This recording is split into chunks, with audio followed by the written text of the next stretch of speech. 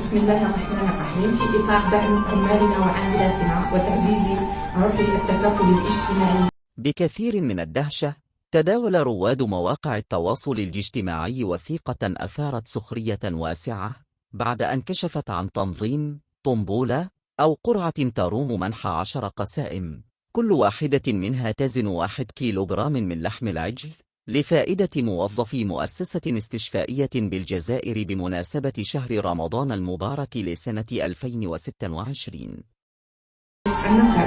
وقد خصصت 10 قسيمات، كل قسيمة تمثل 1 كيلو جرام من لحم العجل مدفوع السعر بالكامل من طرف المجلس النقابي.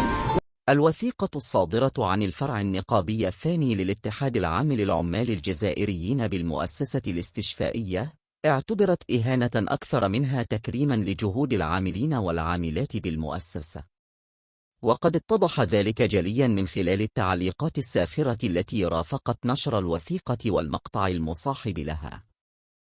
المجلس لصالح العمال والعاملات، حيث 10 قسيمات ستكون عن طريق السحب العشوائي بطنبولة داخل المؤسسة.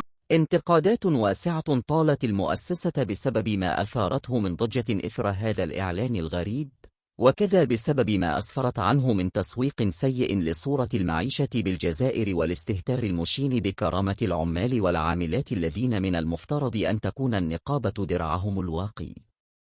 أما فيما يخص التسجيلات فهي مفتوحة حتى موعد إجراء الفقرة، سيكون بقاعة المحاضرات للمؤسسة الاستشفائية المتخصصة.